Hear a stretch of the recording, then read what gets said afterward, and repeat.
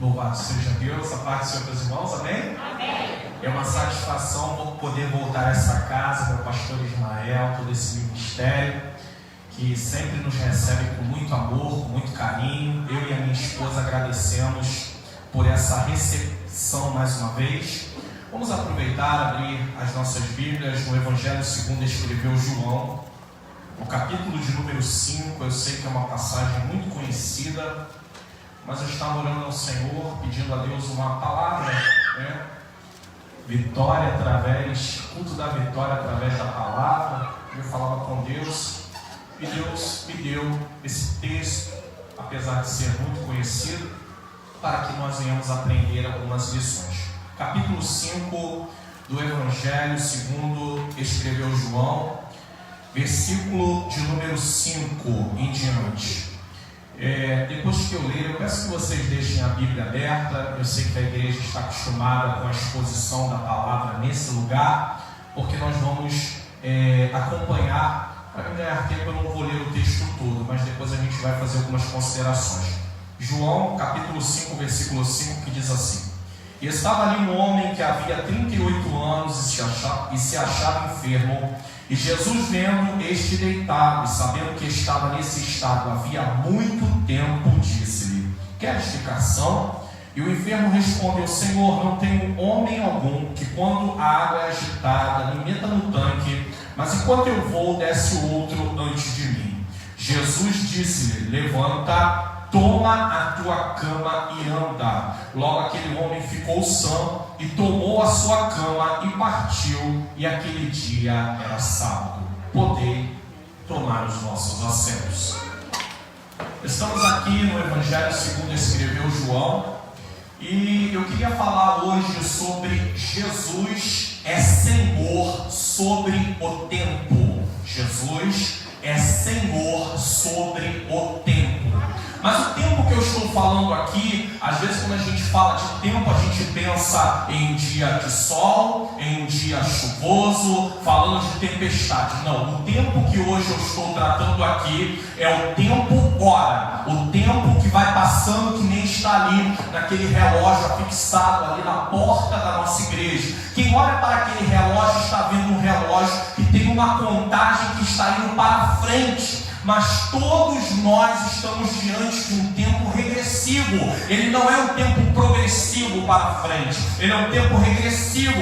Fala do tempo que nós ainda temos nesta terra como ser humano, no nosso corpo físico. E o pecado, ele trouxe uma deficiência sobre nós em relação ao tempo. Nós temos muita dificuldade em lidar com o tempo. Nós temos muita dificuldade, principalmente, em lidar com o tempo desfavorável. É interessante que uma mesma pessoa, ela pode se comportar de maneira diferente em relação ao tempo. Por exemplo, se ela está atrasada, ela vê o tempo como seu inimigo. Ela começa a reclamar, ela começa a ficar ansiosa. Ela diz: não, 2 minutos parece uma eternidade para ela quando ela está diante de uma situação, e parece muito pouco tempo quando ela está diante de outra situação. Se ela tem uma expectativa, ela acha que 2 minutos está levando muito tempo, mas se ela tem pouco tempo, ela acha que 2 minutos é muito pouquinho. Então, dependendo da situação que você está vivendo, você pode ver o tempo de uma forma favorável ou de uma forma desfavorável.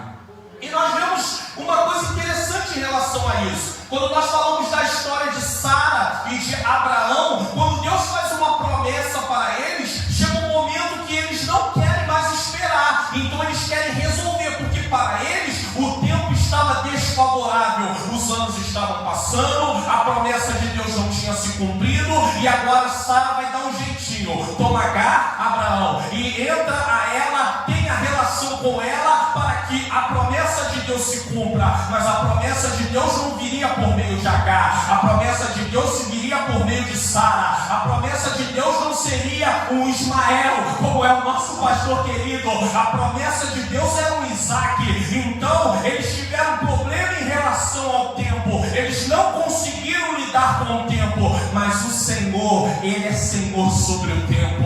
Então nesta noite preste muita atenção. Eu não sei presença de Deus, mas o Jesus que eu sirvo e o Jesus que você serve, Ele é Senhor sobre o tempo. E entrando no Evangelho segundo escreveu João, João escreve para poder apresentar aos seus leitores Jesus como Filho de Deus.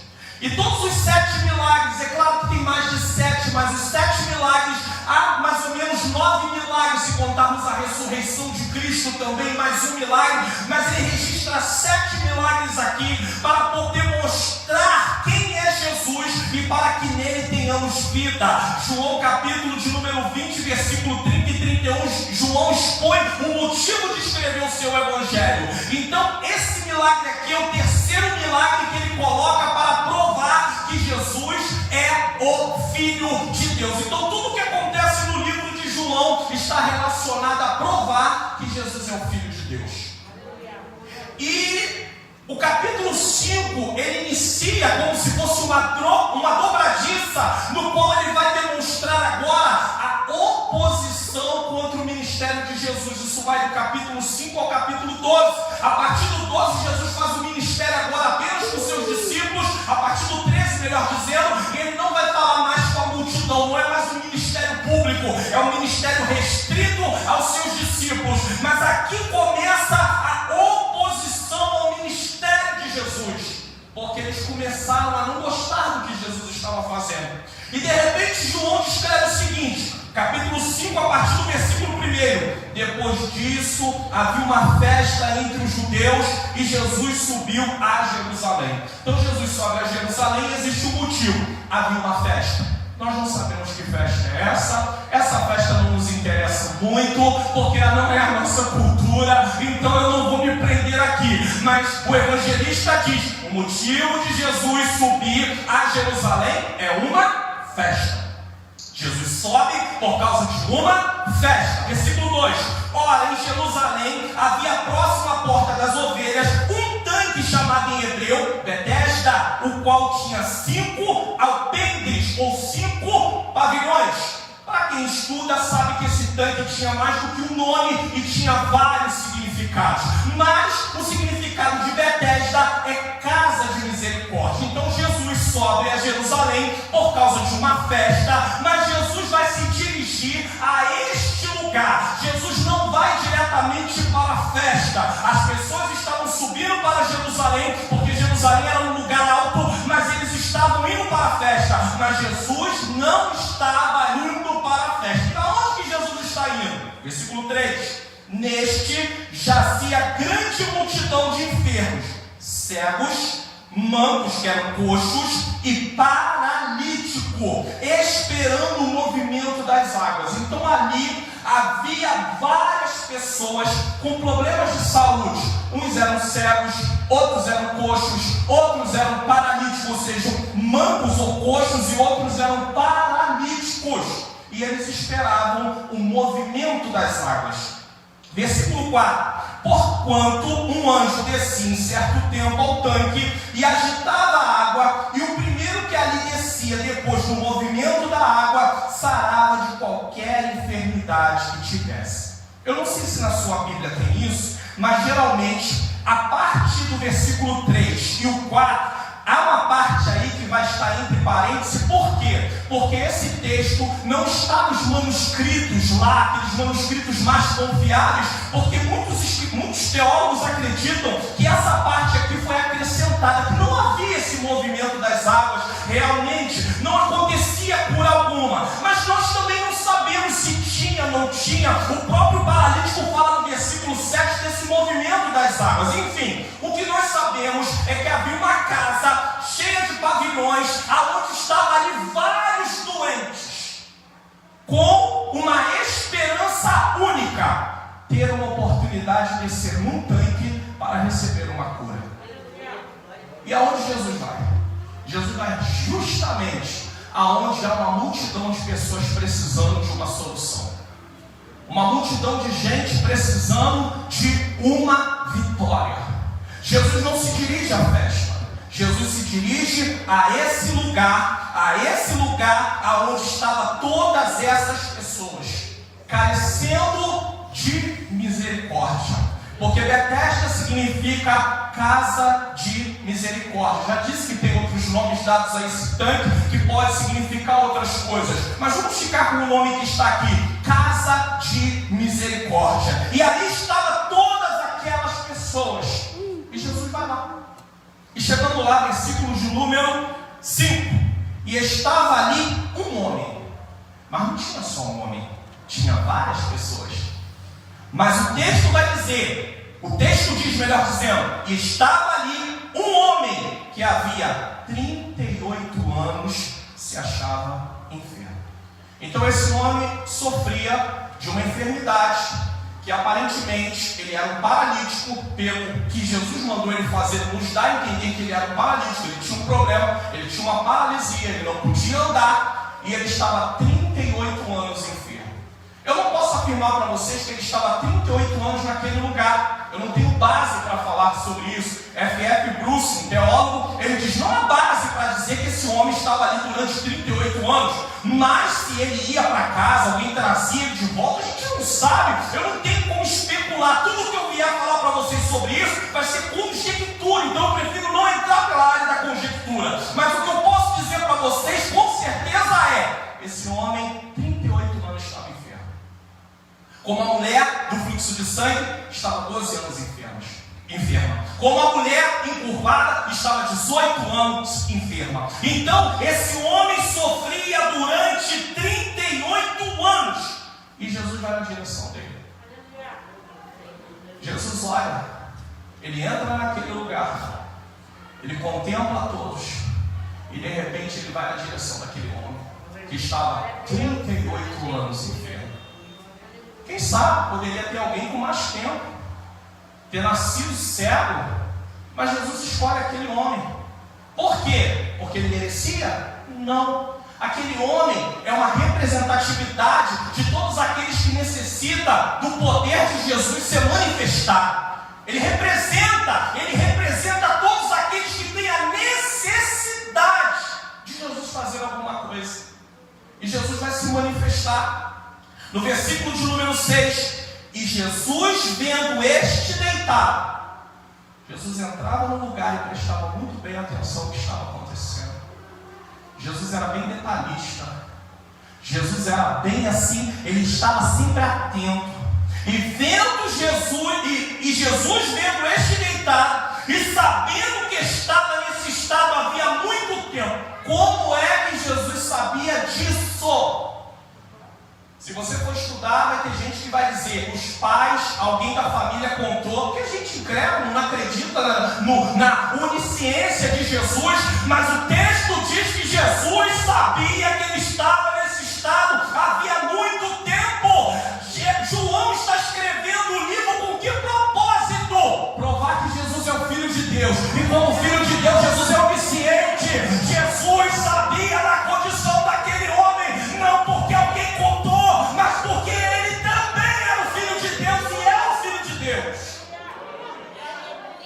Se fosse em Mateus, em Marcos e Lucas, que o propósito não era apresentar Jesus como Filho de Deus diretamente, talvez a gente ficasse até meio assim. Mas no Evangelho de João, não. Dizer que alguém contou que Jesus sabia disso porque alguém tinha contado, não. João coloca esse milagre aqui para mostrar o seguinte: Jesus não sabia, humanamente falando, mas como Filho de Deus ele sabia.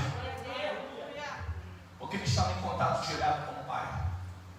E ele sabia que esse homem estava ali há muito tempo. Tempo aqui não é de sol nem de chuva, mas é tempo de anos. Muito tempo. E disse-lhe: queres ficar são? Em outras Bíblias diz: queres ficar curado? E eu confesso a vocês que eu já ouvi muita gente pregando sobre esse texto e já vi eles dar várias explicações nessa pergunta de Jesus. Eu já vi até gente dizer que Jesus fez uma pergunta descabida aqui. Mas para pensar. Se eu chegar para um de vocês que não tem casa própria e perguntar assim: você quer ter uma casa nova? Uma casa própria? Você não me responderia sim ou não só. Você responderia para mim: eu quero, mas eu não tenho recurso por causa disso, disso, disso. E dificilmente alguém aqui responder sim ou não. Você sempre tem um argumento. Por quê? Porque você não sabe que eu teria condição de te dar essa casa. Então você teria sempre uma explicação. Você quer conquistar um emprego em tal lugar. Ah, eu quero, mas eu não posso por causa disso, ou então não consegui por causa disso. Nós sempre vamos ter uma justificativa. Agora, para pensar. Esse homem sabia quem era Jesus? Não. O texto vai deixar muito claro isso. Ele nunca tinha ouvido falar de Jesus. Se um estranho chega para você e te pergunta se você quer uma coisa que você não tem, ainda que você diga que você quer, você vai explicar por que não tem. E foi isso que esse homem fez. Ele não sabia quem era Jesus. Ele não conhecia Jesus. Ele nunca tinha visto Jesus. Ele não sabia o que Jesus era capaz de fazer. E o que o enfermo faz no versículo de número 7? Que Jesus pergunta: queres ficar são? Queres ficar curado? Como é que esse enfermo vai responder um sim para Jesus se ele nem sabe quem é Jesus? Talvez ele olhe assim e fale assim: mais um com pena de mim. Mais um que chega aqui e não vai fazer nada por mim. Porque Jesus já tinha revelado, já tinha sido mostrado no texto, que Jesus sabia que esse homem estava sofrendo há muito tempo. Eu não sei quanto tempo você está passando pelo que você está passando, mas Jesus sabe. Ei, você ouviu falar? Eu não sei quanto tempo você está passando pelo que você está passando, mas Jesus sabe.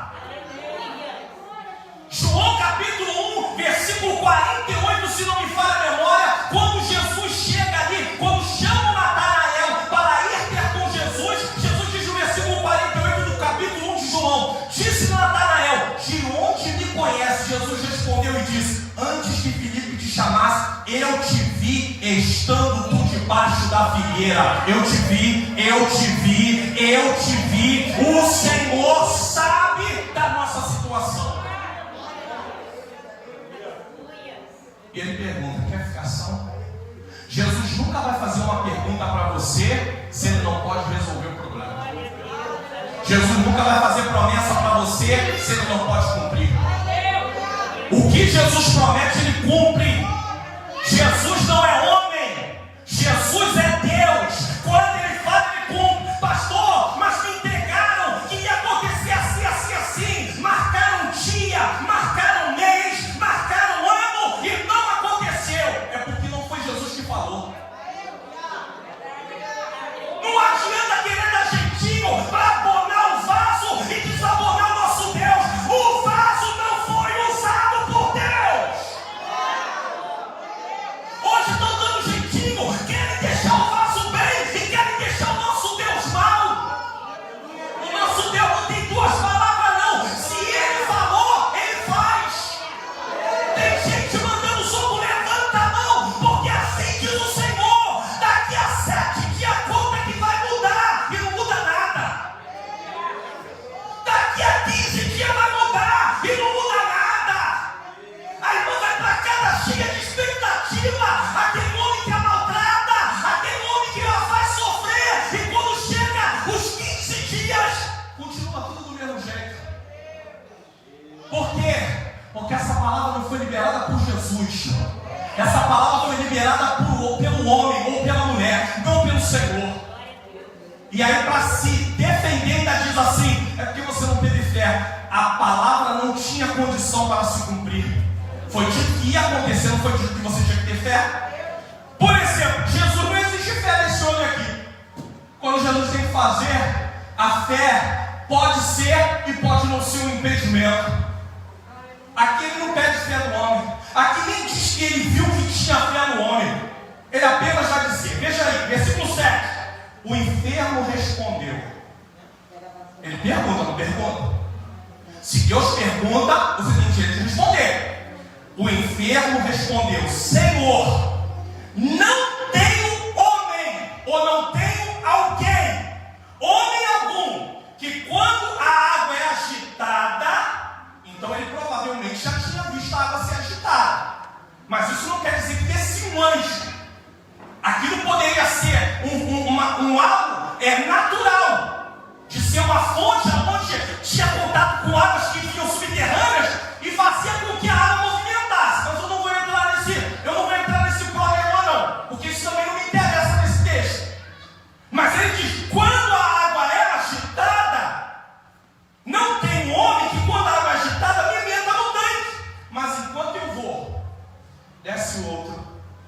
antes de mim. Agora para pensar. 38 anos enfermo. Tá à espera de um milagre, parece até tema de filme. E ele está lá esperando. E aí quando a água começa a se revolver, seja por causa de anjos, seja por causa de um efeito natural mesmo de águas subterrâneas, aquele homem, na expectativa de entrar no tanque, não dá tempo. Por quê? Porque ele não tem ninguém que o ajude. E é isso que ele responde para Jesus: eu não tenho ninguém. O que esse homem demonstra aqui? Frustração. Ele tinha um problema, mas ele não tinha ninguém que estivesse interessado no seu problema. E quantos de nós muitas das vezes se sente assim, sozinho dentro do problema, sozinho dentro da luta? Tem tanta gente do nosso lado, mas parece que elas não podem fazer nada por nós. É uma luta entre nós e entre Deus. É uma situação que não depende das pessoas que nos amam. É uma situação, talvez aquele homem não tivesse ninguém que pudesse realmente gostar de estar ao lado dele, para lhe dar um braço, para lhe dar uma mão. E aquele homem, na sua resposta, ele demonstra sua frustração. Eu não tenho nome algum que quando a água é agitada, me meta no tanque. Não tem ninguém, Jesus. Mas ele sabia que Jesus era Jesus. Ele só responde para um homem que estava fazendo uma pergunta. Sabe o que ele pensa? Você não quer ficar são? E aonde ele via a solução do problema dele? Entrando no tanque. Então ele responde: não tem ninguém para me colocar no tanque. Mas quem foi que disse que o meio de Jesus curar aquele homem seria através de tanque? Só que eu não condeno a resposta dele, não. Me perdoe, mas eu não condeno. Talvez eu respondesse a mesma coisa. Frustrado, sem ajuda de ninguém. Estou vendo gente passar para lá, passar para cá, entra um, entra outro, e ninguém vem ao meu encontro, e de repente vem um homem que eu nunca vi na minha vida e pergunta para mim: você quer ficar curado, Mário Luna? E se tem aquele mover das águas ali, eu falaria: não tem ninguém para me colocar no tanque. A dor daquele homem era grande. A tristeza daquele homem era grande. Aquele homem se sentia abandonado. Mas você acha que Jesus entrou ali à toa? Você pensa que Jesus subiu a Jerusalém para dar um passeio? Jesus não dava passeio, não. Jesus ia no certo. Jesus já tinha o propósito correto. Ele já sabia o que ele ia fazer. Lembra quando ele pergunta para os discípulos: como é que a gente vai fazer para alimentar esse povo? Ele estava experimentando. O texto vai dizer aqui em João também. Jesus perguntou isso para experimentá-los.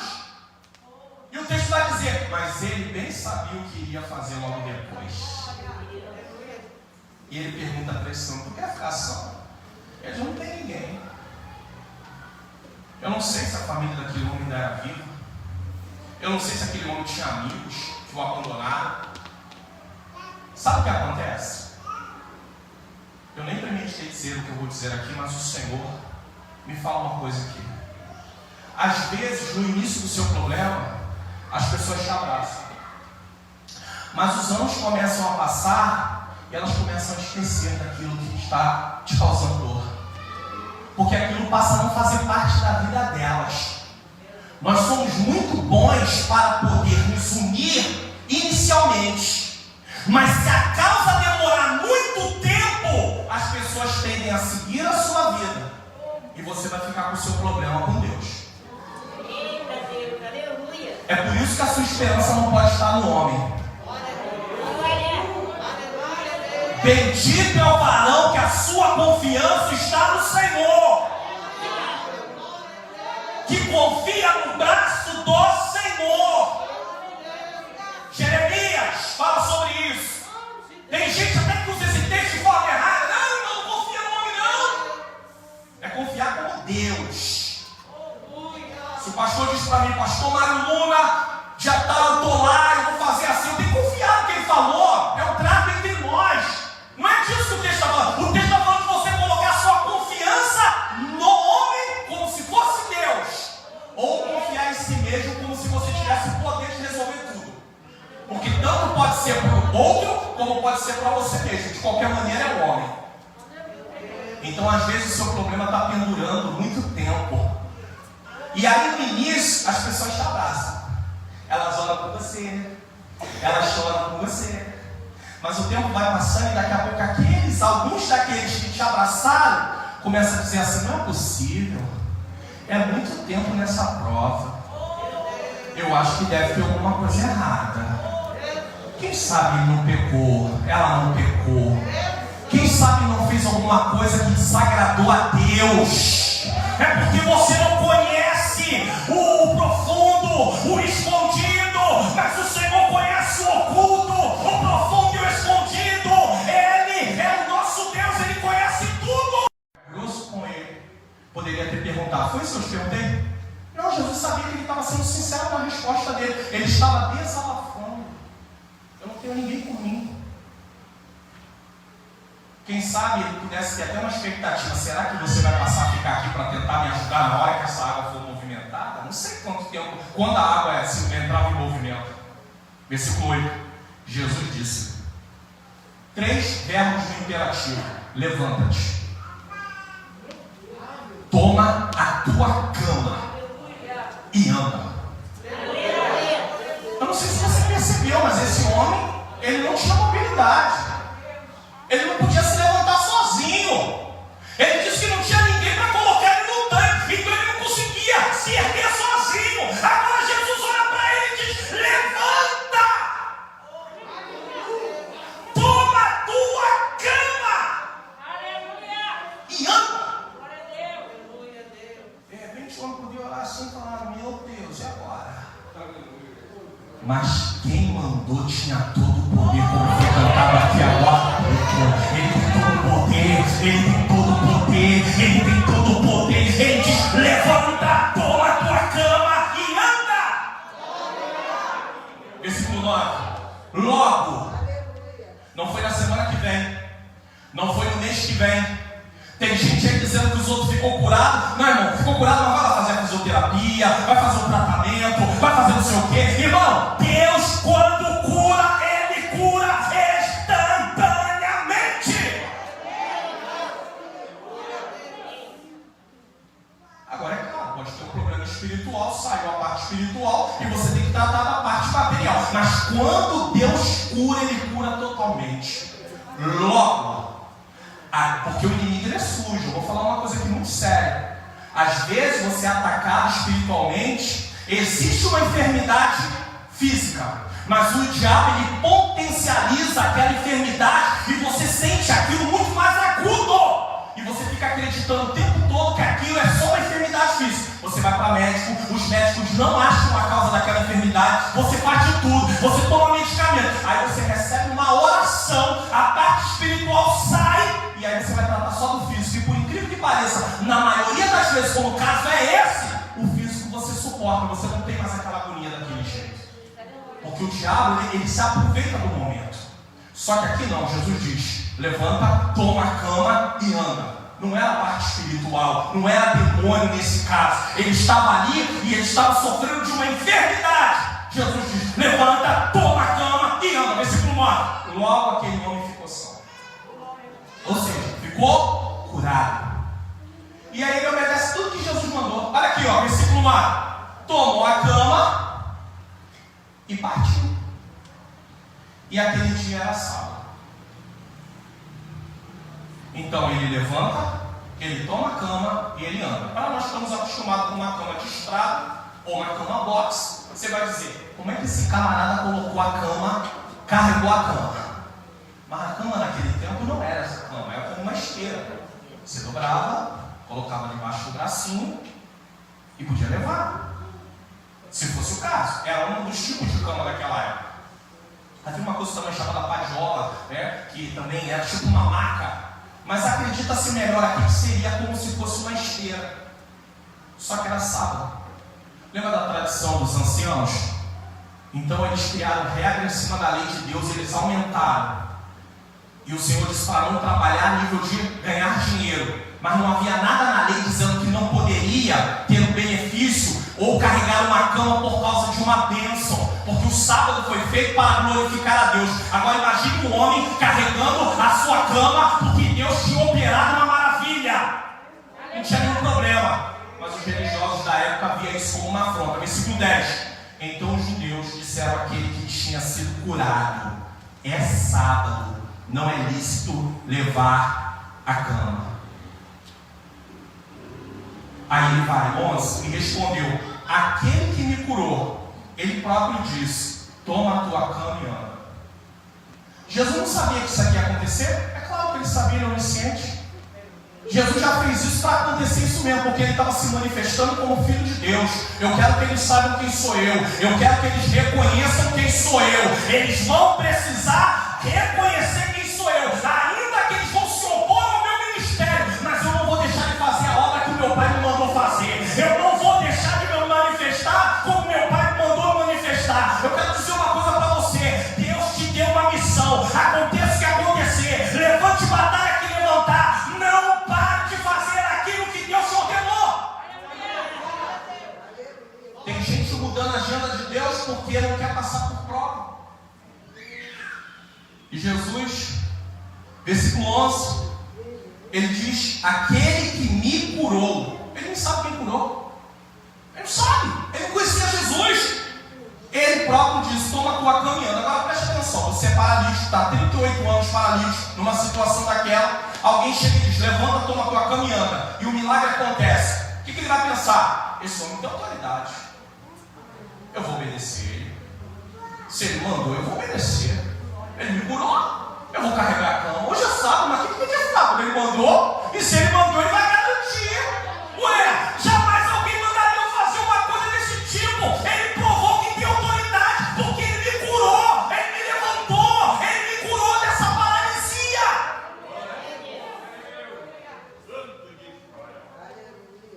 Eu não posso chegar para você e dizer para você: levanta espiritualmente, porque Jesus está te levantando espiritualmente, porque realmente a cura aqui é uma cura física. Mas eu posso fazer um paralelo aqui, sem ferir o texto, com todo respeito, e dizer a você que assim como esse paralítico tinha um problema, você também tem um problema. E talvez esse problema esteja te paralisando. Talvez esse problema esteja deixando você petrificado.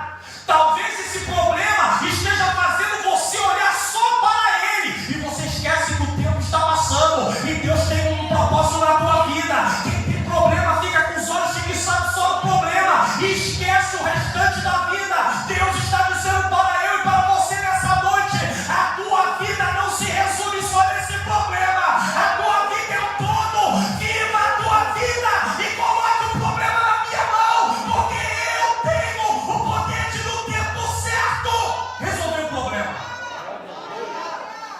Mas, irmão, quando a gente tem um problema igual paralítico: estou paralítico, é mais um dia nesse tanque. Estou paralítico, é mais um dia nesse tanque. Entra gente, sai gente, olha pra gente. Eles olham com um olhar assim: coitadinho deles, olha, eles estão sofrendo, mas ninguém pode resolver o nosso problema. Aí a pessoa fica vivendo, ela respira o problema, ela acorda com o problema, ela dorme com o problema. Deus está dizendo: a tua vida não se resume só nesse problema.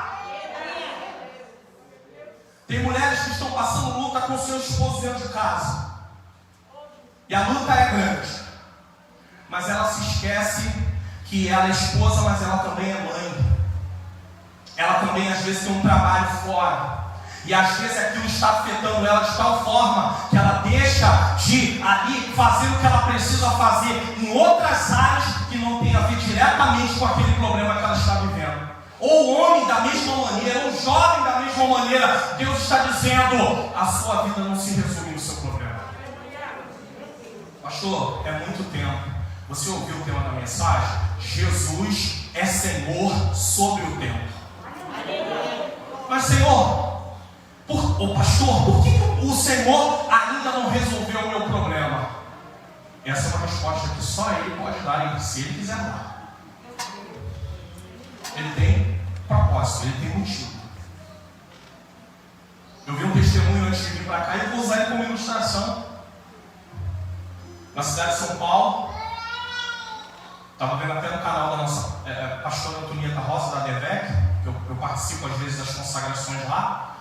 na Penha, e ela colocou lá no Facebook dela o seguinte, que uma jovem em São Paulo estava noiva e de repente o noivado terminou, ela teve que romper o noivado, ela estava sofrendo muito por causa do rompimento do noivado, alguma coisa deve ter acontecido, mas não entrar em detalhe.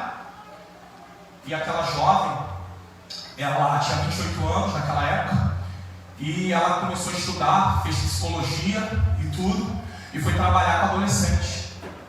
Entenda isso aqui, irmão, isso aqui tem uma mensagem aqui dentro disso aqui que eu estou falando. Ela foi trabalhar com adolescente.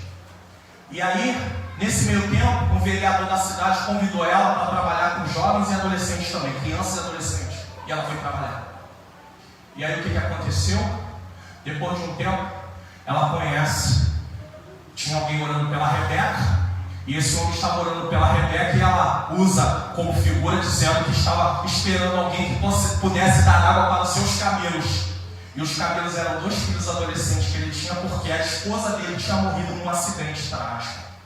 Então o que Deus fez primeiro? Deus colocou ela numa situação, colocou ela para trabalhar com adolescentes, para que agora ela soubesse lidar com os 2 novos adolescentes que fariam parte da vida dela dentro do casamento. E hoje eles estão casados, já tem mais de 6 anos. Mas aí, o que eu quero dizer é o seguinte: dentro da prova, Deus está nos preparando para algo grande que Ele vai fazer.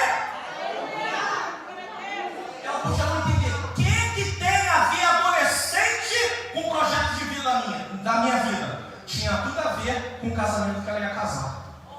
Porque o homem tinha 2 filhos adolescentes, ela precisava saber como lidar com eles. Deus seja louvado. Versículo 12. Perguntaram, pois, quem é o homem que te disse, toma a tua cama e anda? Sabe o que acontece, irmãos? Esses homens aqui não estavam nem um pouco interessados na cura daquele homem. Eles estavam preocupados com o homem que está quebrando a regra do sábado, que não estava quebrando de acordo com Jesus.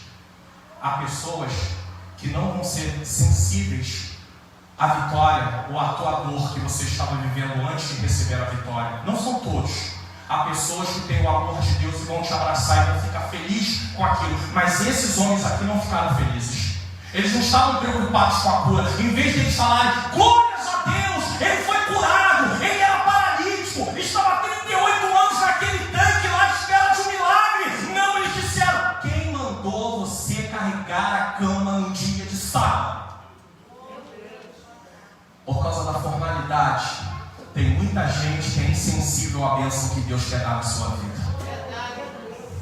E o que fora curado não sabia quem era, porque Jesus se havia retirado em razão daquele lugar de haver grande multidão. Depois, Jesus o encontrou no templo e disse, eis que já está são, ou já está curado. Não peque mais, ou seja, não viva mais na prática do pecado, porque lá no tanque, Jesus liberou para ele uma palavra, dando a ele cura física. Aqui Jesus está liberando uma palavra para dar a ele cura espiritual. Jesus não estava preocupado só em ele andar. Jesus estava preocupado em ele andar e ir para o céu. E Jesus disse, não peque mais, para que te não suceda alguma coisa pior. O que seria pior do que ficar 38 anos paralítico? Ir para o inferno. Seria o pior. Ir para o inferno seria o pior. Nós não sabemos ao certo que decisão esse homem tomou, apesar que ele estava ali no templo. Não sabíamos o que ele foi fazer no templo. Se ele foi agradecer a Deus, se ele foi louvar a Deus, o que ele foi fazer. Mas Jesus o encontra no templo e diz, já está são. Não peque mais, para que alguma coisa pior não te suceda. Ou seja, não viva na prática do pecado. Jesus não estava dizendo para ele não pecar nunca mais, que isso é impossível se ele se rende a Jesus. E aí o texto termina dizendo, e aquele homem foi e anunciou aos judeus que Jesus era o que havia curado. Quem te curou foi Jesus. Quem te curou foi Jesus. Quem te abençoou foi Jesus. Quem te deu uma nova vida foi Jesus. Quem te libertou foi Jesus. Quem te transformou foi Jesus. Você pode dizer nessa noite, foi Jesus. Foi Jesus. É Jesus. Aquele homem acredita a Jesus, o motivo da sua cura.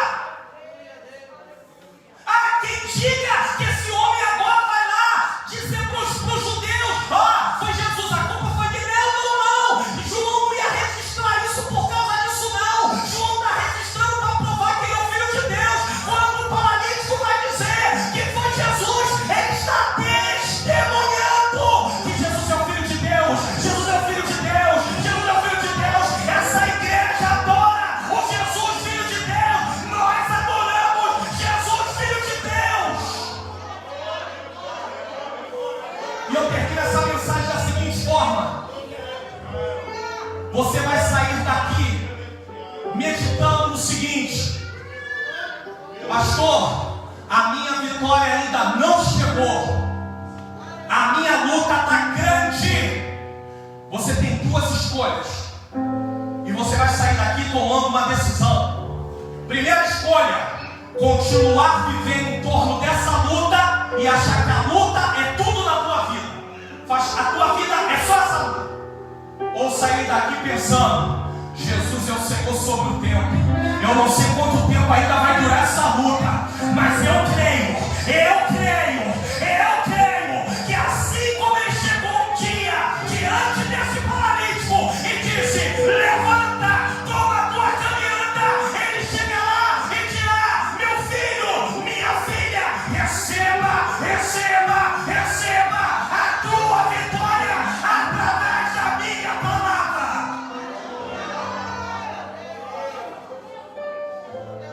Chega de viver à beira do tanque, esperando solução do tanque. A solução não vai vir da terra, a solução virá do céu. A solução não vem da terra, a solução vem do céu. Vem do céu, porque ele tem todo o poder. Sabe por que você está se frustrando? Porque você está esperando solução da terra. Porque você está contando com pessoas da terra. Porque você está acreditando em promessas da terra. Mas eu fico com a promessa de Deus. Eu fico com a palavra de Deus. O salmista diz: o choro pode durar uma noite, mas a alegria vem pela manhã. O tempo da dor tem limites. Ele compara ao tempo da noite, mas ele diz que haverá um momento que vai chegar o amanhecer. Eu não sei se o amanhecer vai chegar depois que esse culto terminar. Eu não sei se o amanhecer vai chegar na semana que vem. Eu não sei se o amanhecer vai chegar daqui a um ano. Mas enquanto você está dentro desse processo, entenda que Deus está te estruturando para uma obra. Para uma obra. Deus jamais vai permitir você passar por tribulação, a não ser que Ele esteja aperfeiçoando o seu vaso para o propósito. Pastor, e no caso de eu perder uma prova com a minha mão, Ele usará de misericórdia, vai transformar a sua vida e vai te ensinar através dos seus próprios erros. Para Deus não tem causa perdida. Ele é Deus, Ele é o Senhor sobre o tempo. Então saia daqui com isso na mente. O meu problema não é a minha vida. O problema faz parte da minha vida, mas eu não tenho solução para o meu problema, porque ele vai além do que eu posso resolver. As pessoas não podem resolver. Então eu vou seguir vivendo a minha vida e esperar o tempo de Deus, porque o tempo de Deus vai